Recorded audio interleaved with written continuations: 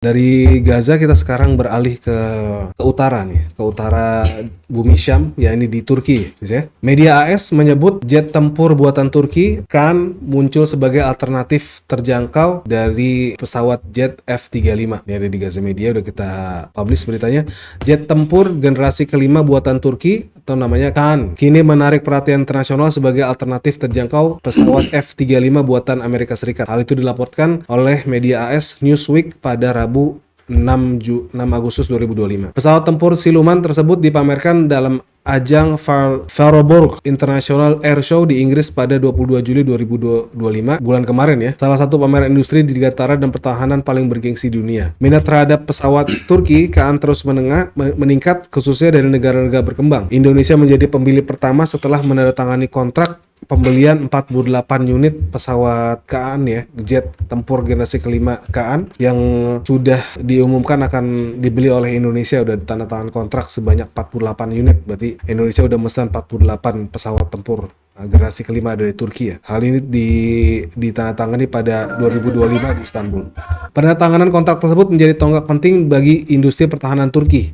Itu mencerminkan tekad negara tersebut untuk mengurangi ketergantungan Turki dari industri pesawat atau dirgantara dari luar negeri dan memperkuat posisi di pasar ekspor senjata global. Program Kaan dimulai pada 2010 dengan tujuan menggantikan armada F-16 yang semakin menua ya. Turkish Aerospace Industry ditunjuk sebagai kontraktor utama, sementara perjanjian formal dengan Badan Industri Pertahanan Turki ditandatangani pada 2016. Pesawat ini memiliki desain mesin ganda atau twin engine dengan jangkauan dan kecepatan tinggi serta kapasitas muatan yang lebih besar. Penerbangan perdana dilakukan pada 21 Februari 2024 diikuti oleh penerbangan kedua pada 6 Mei. Prototip kedua direncanakan akan terbang pada 2026 dengan total 6 prototip yang sedang dikembangkan. Angkatan Udara Turki dijadwalkan menerima pengiriman pertama Kaan pada akhir 2028. Versi yang ini dilengkapi dengan mesin dalam negeri diperkirakan akan mulai beroperasi pada 2030. Kaan dikembangkan sebagai jet tempur siluman generasi kelima dengan kemampuan multiperan. Jet ini dilengkapi dengan teknologi stealth atau siluman, anti radar, dan ruang senjata internal yang kompatibel dengan berbagai persenjataan buatan dalam negeri seperti rudal jelajah serta rudal udara ke udara Gökhan, nama-nama Turki nih, Godogan dan Bozdogan. Jet ini mampu mencapai kecepatan 1,8 Mach dan beroperasi hingga ketinggian 55.000 kaki. Fitur lainnya meliputi kokpit digital lebar, penglihatan berbasis helm atau helmet mounted display, serta teknologi integrasi sensor berbasis kecerdasan AI dengan kemampuan manuver mencapai hingga 9J plus 9G hingga minus 3,5G. Kaan dirancang untuk unggul dalam pertempuran jarak dekat maupun misi serangan jarak jauh. Ini menarik bis ya. Dan Indonesia udah beli, udah mesen ya. Udah mesen 48, tapi kapan nyampe ya? Sedangkan Turki aja udah mesen baru tahun 2028 mendapatin ya. Iya, Turki ini cerdik ya. Erdogan ini cerdik. Dia tahu celah pasar yang kosong di Timur Tengah. Karena rata-rata Amerika Serikat itu tidak mau menjual F-35 ke negara-negara Timur Tengah atau negara-negara Muslim. Nggak ada ya? Nggak ada yang dapat ya? Ya kita kalau lihat sekarang ada aja mungkin, tapi mungkin kan nggak cara massal gitu. Ada di Singapura kan, Singapura kan sekutunya ya, sekutu dan aliansinya Amerika. Dan Turki ini dia pintar, dia melihat celah negara-negara Timur Tengah atau negara-negara Muslim pengen milikin F-35 tapi nggak punya. Turki bikin alternatifnya. Turki bikin pesawat jet tempur generasi kelima dan ternyata laku gitu. Minimal Indonesia udah mau beli ya, udah tanda tangan kontrak beli 48 jet kan gitu. Dan ini langsung disambutkan oleh Pak Prabowo dan Kementerian Pertahanan. Erdogan melihat celah ini nih, celah kosong ini. Dan emang kita lihat Turki emang harus punya pesawat tempur generasi kelima. Karena apa? Karena dia kan nggak punya. Terakhir kan dikeluarkan oleh Amerika dalam proyek pembelian F-35 karena beli S-400-nya Rusia ya kan gitu. Tetapi Turki ini nggak menyerah di situ aja. Dia sebagai negara middle power, pemain di tingkat global, dia menjadikan jet tempur sebagai proyek strategis nasionalnya dia lah.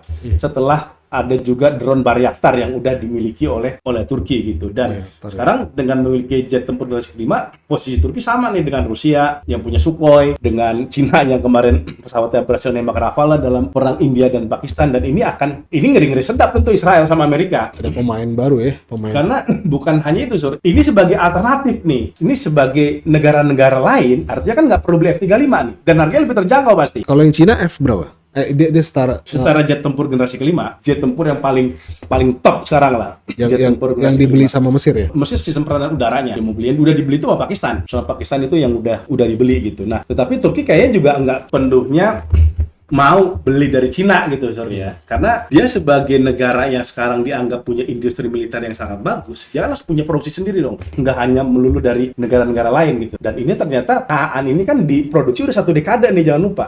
Udah 10 tahun dia tuh bikin itu, dan ini sekarang jadi gitu. Dan ini Israel pasti akan ngeri-ngeri sedap nih suruh ngeliat ini semua, karena Israel punya F-35 dan Turki punya KAAN. Tadinya kan sebenarnya KAAN ini disiapkan untuk pelapis semakin menuanya tuh generasi pesawat-pesawat tempurnya Turki. F-16 ya. Iya, Yang F-16 yang dari Amerika gitu ya. Itu semakin menua. Pesawat itu ya sama aja kayak HP. HP tahun 2020 beda sama 2025 speknya. Apalagi jet tempur dengan kompleksitas konflik perang seperti sekarang, dia harus melakukan upgrade dong kemampuan. Kan nggak bisa dia cuma beli lagi F-16 atau segala macam. Dia perlu generasi pesawat tempur generasi kelima, dan ini kan udah dibikin sama dia. Iya, karena ya, emang OS-nya juga udah nggak bisa masuk juga, mungkin udah nggak bisa di-upgrade lagi kalau pesawat-pesawat yang sebelumnya. Dan ini menariknya tadi ketika bilang soal Turki itu berusaha emang perkuat ini ya, industri persenjataan dalam negeri ya, supaya bukan cuma sekedar punya persenjataan yang lengkap, tapi juga punya persediaan yang mandiri. Dan ini ternyata sudah diungkapkan oleh Turki menyusul perang antara Israel dan Iran yang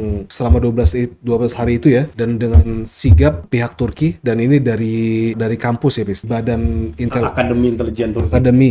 Akademi Intelijen Turki itu langsung membuat laporan intelijen tentang potensi ancaman yang didapatkan oleh Turki melalui perang antara Iran dan Israel itu ya, dan mereka memberikan banyak masukan terhadap pemerintah Turki. Dan itu sebenarnya bukan cuma sekedar pemerintah Turki ya, tapi hasil dari pengamatan studi yang dilakukan oleh Badan Akademi Intelijen Turki juga apa saja yang dilakukan untuk menghadapi ya perang atau ancaman yang terjadi, terutama berkaitan dengan Iran dan Israel kemarin ya, yang menunjukkan bahwa emang Israel sampai saat ini masih memiliki kekuatan militer udara yang sangat super power ya, dan ini belum bisa emang belum bisa ditandingi sama negara-negara lain, terutama di negara-negara Timur Tengah ya. Dan apa yang bisa dilakukan oleh Turki diantaranya adalah membuat banyak bunker, dan juga diantaranya dia menyinggung soal intelijen ya, bahwa salah satu keberhasilan Israel terhadap serangan terhadap Iran adalah jaringan intelijennya udah sangat rumit, complicated, bisa masuk sampai ke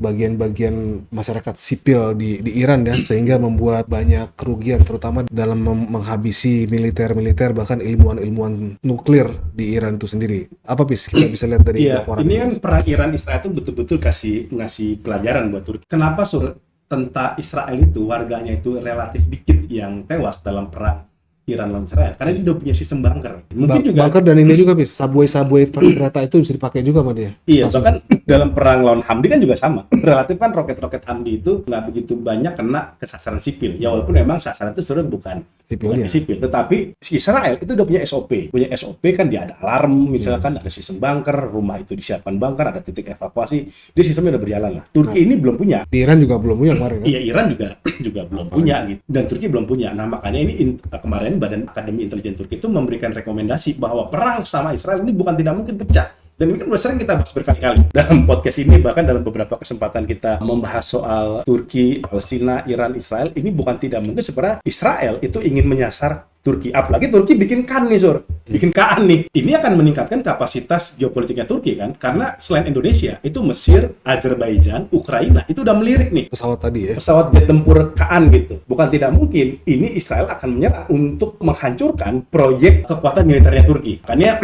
Badan Intelijen Turki udah merekomendasikan pertama juga ini SOP untuk melindungi ilmuwan-ilmuwan teknokrat Turki yang bikin jet tempur, yang bikin drone, yang bikin sistem pertahanan dan lain sebagainya.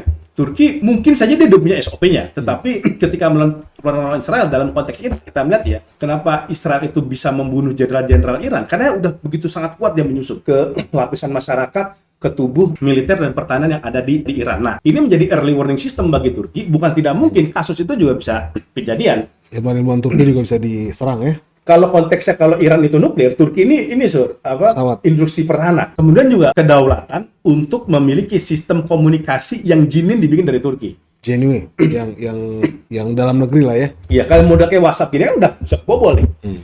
WhatsApp, Facebook, Instagram udah bisa kebobol tuh. GPS, GPS teknologi. gitu. Nah, menarik nih. Ternyata GPS itu bukan punya milik internasional tapi punya Amerika ya. Iya, makanya di Cina kan nggak ada. GPS-nya nggak bisa. Iya, dia nggak pakai itu karena kan itu menjadi Cina meyakini itu menjadi alat spy-nya Amerika dan Israel untuk mengetahui bagaimana internal di dalam Cina. Nah, Turki juga sekarang menjadi tantangan baru tuh, Sur. Dia dulu ada BIP misalkan ya, BIP itu BIP dulu ketika rame-rame orang-orang boikot WhatsApp, ya, kemudian muncul BIP gitu. Tetapi ya ini tadi ya, sejauh mana Turki itu udah memiliki produk komunikasi yang asli, bukan lagi buatan negara luar, tapi memang asli dari Turki gitu, Sur. Nah, kemudian ini juga, Sur, memastikan kesatuan konsolidasi geopolitik Turki. Sekarang kalau Turki serang, kita bisa mengukur paling yang bela Qatar. Qatar secara kekuatan militer nggak begitu kuat ya. Ya bang, nggak kuat juga ya. Azerbaijan juga tidak begitu kuat gitu. Makanya ini Pak sangat dimaklumi kalau kita lihat Erdogan tuh suka tur ke Timur Tengah nih sekarang. Dia mulai mencoba kembali mendekat ke Uni Emirat, ke Mesir ya.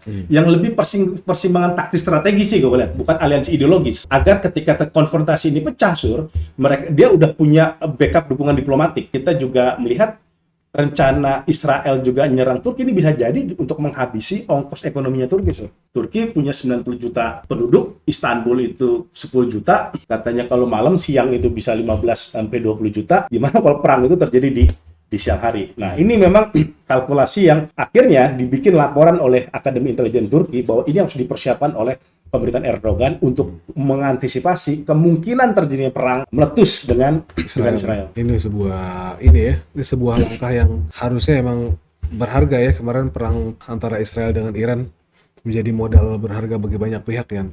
Dan mudah-mudahan Indonesia juga bikin studi yang kayak gini, Bis. Iya. Kali aja emang ada potensinya juga melebar sampai ke sini ya. Tapi kita lihat emang Turki pasti emang merasa yang pihak yang paling punya alasan paling besar akan terancam ya, Bis. Iya. Dengan kejadian itu ya. Karena kan dulu kan kita udah pernah bahas juga ya. Serangan Israel ke Iran itu kan sebenarnya terjadi karena Turki itu gagal dipancing oleh Israel untuk perang, Sur. Karena serangan Israel ke Suriah. juga ke Iran. Ke Iran juga ya. Ke Iran juga, Sur. Gitu. Sebenarnya kan titik ini ya, Sur, titik targetnya itu kan sebenarnya Turki. Karena kan Turki sedang membangun konsolidasi dunia Islam, geopolitik ya. Sekarang di Suriah aja dia berhasil menjatuhkan Bashar Assad. Dan sekarang aliran gas itu udah mulai mengalir ya, Sur. Dari mulai Azerbaijan ke Suriah atas pendanaan Turki. Qatar. Dari Qatar. Tetapi melewati Kilis gitu. Nah, ini kan kalau Suriah itu juga membesar, kemudian ekonomi stabil, keamanan stabil, ini kan juga bukan tidak mungkin. Netanyahu melihat bahwa Suriah bisa menjadi musuh ideologis atau bahkan musuh militernya Israel. Sekarang mungkin timingnya enggak, tapi kan who knows gitu, 5 tahun, 10 tahun lagi segala macam. Nah, segala kalkulasi ini kayaknya udah dihitung sama Israel dan pengen dihabisi secara prematur gitu, sebelum dia membesar sama Israel gitu. Nah, ini yang kita lihat akhirnya, dan intelijen Turki kan pinter-pinter kita tahu. Maksudnya MIT itu dia udah bisa, ya dulu aja kan bom pager Hizbullah itu kan digagalkan yang kedua itu oleh Turki. Ya biar kata Iran itu orang-orang buzzer Iran, buzzer Assad itu benci sama Erdogan ya. Nggak suka sama Erdogan. At least gue Turki melakukan intercept serangan Israel ke Iran. Pertama, ketika menggagalkan operasi pager di Bandara Istanbul yang akan dikirim ke Hizbullah oleh Israel. Kedua, melakukan penghalauan ketika jet-jetnya Israel ingin melakukan serangan ke Iran melalui jalur Suriah. Itu yang dilakukan oleh Turki. Makanya kan Trump mengatakan, kata Trump ke Netanyahu, jangan bermain api dengan Erdogan. Bakal banyak silang-silang kepentingan lagi ya. Kalau emang itu terjadi ya. Di satu sisi Trump juga kayaknya rada-rada ngefans sama Erdogan, tapi satu pihak dia juga nggak bisa lepas dari Netanyahu ya. Nah, ini menarik juga, mungkin kita singgung ini ya, mengenai pesawat tempur Turki yang generasi kelima ini ya.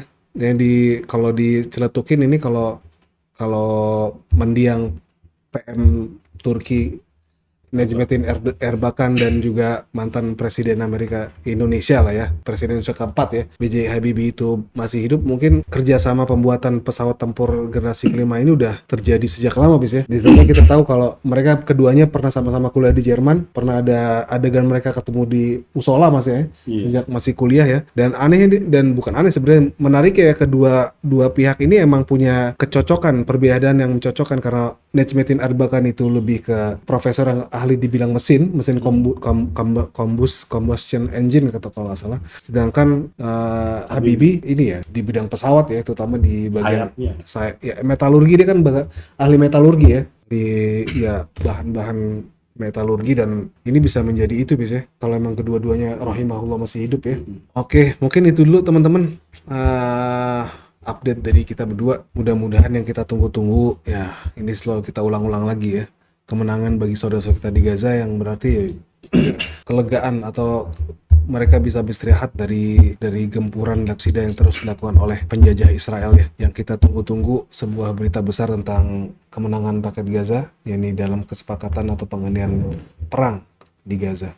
Demikian gue Surya dan Pizarro dan Bang Zidan undur diri. Assalamualaikum warahmatullahi wabarakatuh. Waalaikumsalam warahmatullahi wabarakatuh.